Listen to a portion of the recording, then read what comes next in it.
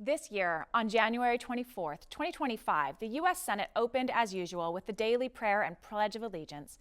And then Senator Grassley, Republican, Iowa, gave a speech. Grassley's speech celebrated the 52nd annual March for Life that was happening in Washington, D.C. He stated that the protesters marched to, quote, offer a joyful witness to the beauty and dignity of every human person, that they marched in solidarity with mothers who deserve better than abortion, and that they marched, quote, with a hope that the day is coming when all people will see babies as the blessing they are, the day when abortion is unthinkable. He closed his speech by saying, "So I say thank you to the pro-life marchers.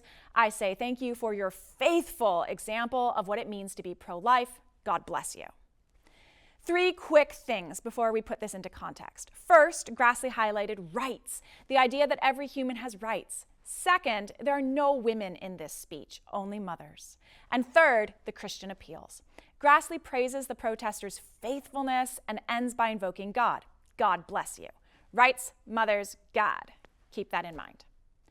I'm Dr. Sarah Kornfield, and my focus here is on congressional rhetoric, analyzing the March for Life speeches from about the past 10 years. Part of what I'm sharing here is drawn from my recent monograph, Invoking the Fathers. But I'm happy to be adding my analysis, to that analysis, my work here for the Communication Law Review. The March for Life as an organization began in 1973, the same year as Roe v. Wade. In 1974, the March for Life led a protest in Washington, D.C., and then decided to hold a March for Life every year until Roe v. Wade was overturned. That march happens annually in January. Although Roe v. Wade was overturned in 2022 by Dobbs v. Jackson Women's Health Organization, the March for Life is still hosting its annual March on Washington, in addition to marching in state capitals. During these annual marches, Congresspeople in the House and Senate, such as Senator Grassley, offer a variety of speeches celebrating the protests. Now, who gets to speak and when in Congress is a really complicated situation, and the House and the Senate play by different rules. With only 100 senators, the Senate has some flexibility, but as a much larger body, the House is under much stricter control, with time limits and rules about recognition and precedence that determine who can speak when and in what order in the House. Moreover, both chambers are governed by norms of decorum, so that even when bitingly condescending, Congresspeople respect their time limits, use one another's proper titles, and address their remarks not to one another or the U.S. public, but to their chamber's presiding figure, the Speaker of the House or the President of the Senate. Despite these rather challenging rhetorical conditions, both senators and representatives pontificate from their chambers' podiums about the March for Life every January. Often, the slate of representatives who speak are allocated only a minute each, a standard time limit in the House, but they make their remarks with consistent vigor. These speeches are mostly ceremonial. Usually, there's no proposed bill to discuss, no legislation to consider. Indeed, despite being known as the legislative branch, Congress spends a lot of its time hearing ceremonial speeches. Analyzing these March for Life speeches, I focus on how they conceptualize rights and freedom. That is, while these speeches do not advocate for any bill, they shape the norms and assumptions regarding reproductive health, and they reveal the logic through which these Congresspeople operate when it comes to reproductive health. As such, the primary question before us today is, how do these speeches conceptualize freedom and rights? And to tip my hand, the answer is through a logic of inheritance. Before I dive into my analysis, I need to lay the set pieces, so to speak, explaining where the phrase right to life derives its rhetorical power from, and give a brief sketch of the Supreme Court rulings Roe and then Dobbs. And I'll analyze the speeches in two groups, a sort of before Dobbs and after Dobbs, before turning briefly to the work of Sister Song and reproductive justice to offer, by way of concluding, a different way to conceptualize rights and freedom. To begin, unlike most of the other U.S. rights and freedoms, such as the right to attorney or freedom of speech, the phrase right to life occurs nowhere in the Constitution or Bill of Rights. It is instead a phrase developed out of the Declaration of Independence. We hold these truths to be self-evident, that all men are created equal, that they are endowed by their Creator with certain unalienable rights, that among these are life, liberty, and the pursuit of happiness. Writing the preamble, Thomas Jefferson drew the concept of natural rights from Enlightenment philosophers such as John Locke and resistance theology, a branch of Protestant theology especially popular during the founding era that claimed, quote, rebellion to tyrants is obedience to God. Within this social contract, white propertied men were assumed to have natural rights by the simple virtue of being human, and the rights to life, liberty, and the pursuit of happiness, and of course, the right to alter and abolish one's government if it becomes tyrannical, were considered unalienable, meaning they could not be surrendered to the government under any circumstances. Now, the Declaration is not a legal document, and it did not give rights to anyone. Rather, it was propaganda, advertising why the colonists were breaking away from England, and it is still often featured this way in visual imagery. And yet, in a minute, we'll see Congresspeople quote the Declaration as if it did, in fact, confer legal rights. And now to Roe and Dobbs. In 1973, the Supreme Court decided in Roe v. Wade that state laws making abortions illegal across the board were generally unconstitutional because they invaded women's personal freedom, which is rooted in the right to privacy. In this ruling, the court noted that the Constitution itself does not explicitly mention any right to privacy, but that for decades the court had recognized penumbras or zones of privacy that are implicit in the First, Fourth, Fifth, and Ninth Amendments at least. The idea here is that it is a private decision whether to bear or beget a child, and the state should not interfere in that choice. Notably, however, in this ruling, the court divided pregnancy into 3 trimesters, and each one has different rules for how states can criminalize abortion. Indeed, announcing that the fetus is, quote, viable in the 3rd trimester, Roe v. Wade allowed states to outlaw abortions during this time, except in cases where procedures would preserve the life or health of the woman. So here, you can see the court is balancing the right to privacy with states' interest in maintaining and growing the U.S. population. More on that later. And now to Dobbs.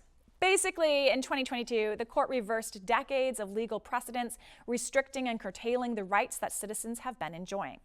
The court ruled that since abortion is not mentioned in the Constitution or amendments, that no one has the right to it, and that states or Congress can render it illegal if they wish. Many states have done so. The subtext to the Dobbs ruling, however, is expansive. Every right granted under the right to privacy is up for renegotiation. Analyzing the March for Life speeches and other anti-abortion rhetoric in Congress before Dobbs was passed, we see some clear trends. First, these speeches use a fatherhood metaphor, usually referring to the founders as founding fathers. Second, they use possessive language, mostly saying our, as in our fathers or our creator. Third, they use very material or physical appeals, asking the audience to picture land and even page layouts. And fourth, they create explicitly Christian appeals. For example, as recorded in the Congressional Record, and you'll see some clips of these up on the screen, Representative Brad Wenstrup, Republican from Ohio, argued that since Roe v. Wade, quote, 54 million human beings have been denied the natural or inalienable right to life that our founding fathers enshrined in the Declaration of Independence. Likewise, Representative John Ratcliffe, Republican from Texas, opened his speech stating, quote, the Declaration of Independence contains a passage that every student in America learns at an early age. It explains that each of us are endowed by our Creator with certain inalienable rights, chief among them, the right to life. He continues stating that, quote, protecting unborn life is among the highest honors he has, and celebrates the inalienable right to life as that which our founding fathers spoke of.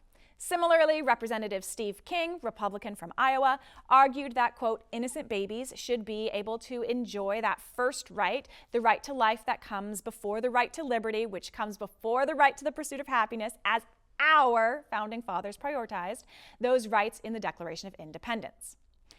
In these brief examples, we see the possessive language, our fathers, our creator, and we are getting a sense of lineage or inheritance through the fatherhood metaphor. Our founding fathers spoke of this right to life, and it's being passed down, or it should be passed down, as anti-abortion legislation according to these speeches. Of course, the Declaration of Independence has nothing to say about reproductive health. In fact, it ignores women altogether. Nonetheless, we see these congressmen draw on the Declaration and craft a sense of lineage. Our fathers gave us these rights and they must be passed down. In Representative King's speech, we heard a little of the focus on physicality. He's talking about page layouts and what's listed first, arguing that since the phrase reads life, liberty, and the pursuit of happiness, that life is the most important, again, because it's listed first on the page. These congressional speeches also make explicitly Christian appeals, and these speeches tend to also really feature a physical focus on land. For instance, Representative Ted Yoho, Republican from Florida, concluded a March for Life speech in Congress stating, quote, "Our founding fathers were grounded in the Christian principles this nation was founded on." And then he quotes 2 Chronicles 7:14 in its entirety, stating, "If my people who are called by my name will humble themselves and pray and seek my face and turn from their wicked ways, then I will hear from heaven and I will forgive their sin and will heal their land." Here, Representative Yoho links Christianity to the founders and then moves from the possessive, our founding fathers, immediately into two land-based metaphors, grounded and founded, and then he ends by conflating the United States with the Israelites and their land. The verse Yoho quotes is a promise from the Israelites' God, Yahweh, to King Solomon after the completion of the temple. In this passage, Yahweh promises to dwell in the temple, confirming that he will hear the people of Israel and will heal their land after droughts, locusts, plagues. Lifting this verse from the context and using it to conclude his speech, Yoho materially fuses the founding fathers and their land with Christianity. Similarly, in one of his speeches, Representative Barry Loudermilk, Republican from Georgia, went through the now familiar steps of our founding fathers, the Declaration, emphasizing that life is first on the page, making these really explicit links tying Christianity to the founders. He said, life is the immediate gift of God. And then he concluded by attempting to quantify, in material terms, the number of people who might have been born, claiming that Roe v. Wade, quote, literally changed the landscape of America. Loudermilk announced that the number of lives, quote, equivalent to the population of Georgia, Florida, Alabama, Mississippi, Kentucky, South Carolina, Louisiana, and Tennessee had all been taken.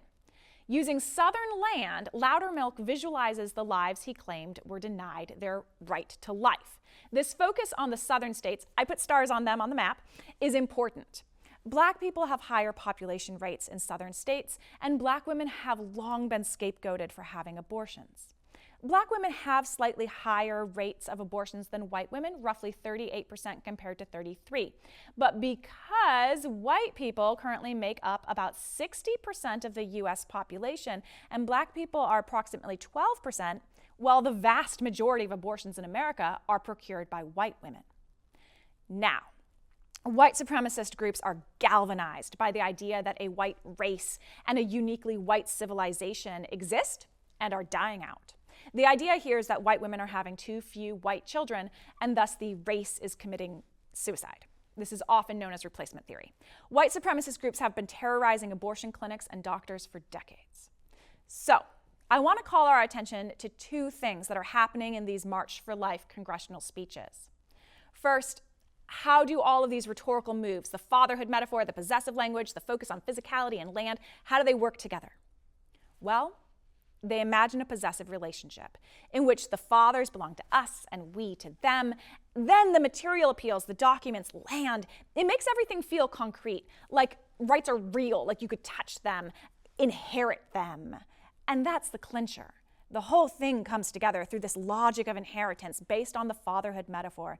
These speeches create a sense that there is a real America with real rights, and this real America and these rights are inherited by the real Americans, by us. This brings us to the second interpretive point: who gets to be us? Rhetoricians spend a lot of time theorizing how a sense of us and not us operates in public discourse, and it bears pausing here to flesh this out. Within this speech's logic of inheritance, the us is quite simply the founding fathers' most obvious heirs. By positioning the founders as our fathers and the right to life as our inheritance, this discourse makes it clear that white men with Christian ideologies and the women who support them are the true heirs, the true Americans. By the way, Congresspeople occasionally slip up and make the mostly implicit sort of white supremacy stuff super obvious. For instance, Representative Steve King, Republican from Iowa, who we heard from earlier, tweeted that, quote, "We can't restore our civilization with somebody else's babies." And Representative Mary Miller, Republican from Illinois, greeted the overturning of Roe v. Wade by stating that Dobbs was, quote, a historic victory for white life. What we're seeing is the control of women's bodies in service of explicitly white nationalist goals. Okay, so what does the March for Life rhetoric look like in Congress after Dobbs overturns Roe in 2022? Well, this is fairly recent, and the March for Life only happens once a year, so comparatively, there aren't a lot of speeches yet for me to analyze, and I don't want to overstate the differences I see, but I do see differences. So let's return to Senator Grassley's March for Life speech, the speech I quoted from at the beginning of our time together. Here, I will read it in its entirety. It's short. After addressing the President of the Senate, Mr. Grassley stated, "Today is the 52nd annual March for Life right here in the nation's capital. Folks from all over the nation and world are in Washington to offer a joyful witness to the beauty and dignity of every human person. They will march in the cold in solidarity with babies in the womb. They will march in solidarity with mothers who deserve better than abortion, mothers who deserve love and support and encouragement. They will march with a hope that the day is coming when all people will see babies as the blessing they are, the day when abortion is unthinkable. The signs the marchers carry reveal the hearts of each one. A popular sign each year reads, 'Love them both.' The pro-life movement desires to affirm and restore the bond between mother and child. This sacred bond exists even before a baby is born. So I say thank you to your faithful example of what it means to be pro-life. God bless you." This speech is fairly representative of the current congressional March for Life rhetoric. For instance, try out this closing line, for example, from Representative Chris Smith, Republican, New Jersey, who stated, quote, "Pro-lifers are a people of persevering faith in God, willing to bear any burden and endure any attack. We know that the cruel injustice of abortion need not be forever, and that each day, despite setbacks, many unborn children and their mothers have been and are being protected. We have hope. We have just begun." Okay, so this rhetoric is bolder than what we saw before. These speakers are not trying to make their case. They're not using those appeals to fatherhood. They're not framing the right to life as an inheritance. And they're not really all that focused on a sense of lineage. They are just straight up talking about babies a lot and referring to women as mothers and making overt Christian appeals. The relatively civic religion of venerating the founding fathers has evaporated. If you'll grant me some poetic license, it's no longer our founding fathers. Now it's just our Father who art in heaven. So there's a through line from who was being framed as inheriting America, the us in those prior speeches, and these speeches, how these speeches currently see America. So in the prior speeches, women were invisible. Now they're mothers. In the prior speeches, they were arguing that embryos had a right to be born, a right to life. Now they're talking about babies. In the prior speeches, they were deriving their moral appeals largely from the founders and those founding documents, and now they go straight to God. Essentially, the prior speeches were indirectly arguing that white Christian men are the founders' most obvious heirs and therefore should be running America, and that white women should be supporting them and having more children. And now I see the rhetoric shift toward even more explicit assumptions of Christian nationalism and the rhetorical erasure of women as people with rights and personalities and autonomy and minds. Instead, women are only mothers. Regardless of your positions regarding abortion, this rhetoric is bad news for women's reproductive health and women's rights and autonomy. Women's access to birth control, care during miscarriage, healthcare for endometriosis, and so on, it's all in jeopardy when legislators think of women as mothers only. Because if you think of women as mothers only, then affordable birth control is not a priority. Making breakthroughs in science that will reduce women's pain related to endometriosis is not a priority. In medical terminology, when a woman has her uterus cleaned out after a miscarriage, it's called an abortion. But that type of nuance is not a priority if you think of women as mothers only. I could go on. Just this month, the Department of Health and Human Services announced plans to make large budget cuts to its Division of Reproductive Health. Again, if you think of women as mothers only, reproductive health is not a priority. Okay, Back to Congress. I want to focus on what this congressional rhetoric does in terms of rights and freedom. In these speeches, legislators imagine the founding fathers' descendants as true Americans. These true Americans are then idealized as protecting the right to life. In so doing, these speeches imagine a class of real Americans who can tell other people what to do. Never mind that those other people are also citizens. We are watching what Michel Foucault would call biopower. In these speeches, the U.S. government is framing how we think about its women citizens, turning attention away from women as citizens and narrowing the way the government sees women down to motherhood. It is no surprise then that the White House is currently considering proposals designed to increase the birth rate. The New York Times' Carolyn Kitchener reports that the Trump administration is hearing proposals to reserve 30% of Fulbright scholarships and other prestigious programs for applicants who are married and have children.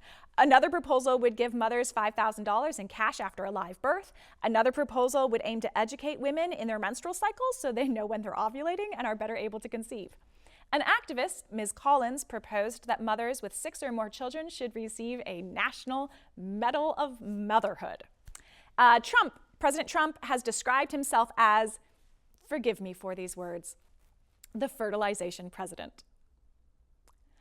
But most of the current plans consider steps that have already been taken by other countries such as France and Germany, and these plans feature things like tax credits, which would require an act of Congress.